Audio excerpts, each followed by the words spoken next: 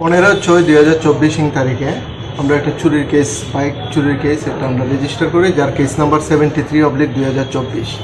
এই কেসের তদন্ত নেমে আমরা প্রথম একটা নাম্বারলেস হিরো হোন্ডা 200R বাইকে আমরা একটা সিজ করি এবং সঙ্গে দুইজনকে আমরা অ্যারেস্ট করি, যাদের পজিশন থেকে আমরা জয়পুর এলাকা থেকে বাইকটি উদ্ধার করেছিলাম।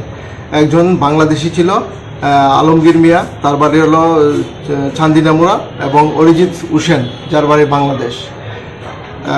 পরবর্তী সময়ে আমরা সিসিটিভি অ্যানালাইসিস করে এই কেস কানেকশনে আমরা একজন লোককে শনাক্ত করি এবং গতকালকে আমরা একটা গোপন খবরের ভিত্তিতে খবর পাই যে সে অফিস ল্যান্ড আবারও বাইক চুরির উদ্দেশ্যে এখানে এসেছিল।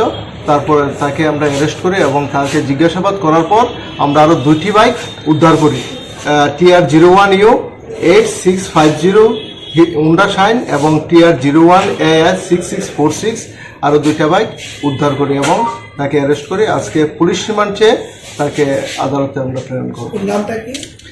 নামটা হলো সমীর মল্লিক, বাবার নাম অমরেশ মল্লিক, নোয়াবাদী, জিরানিয়া।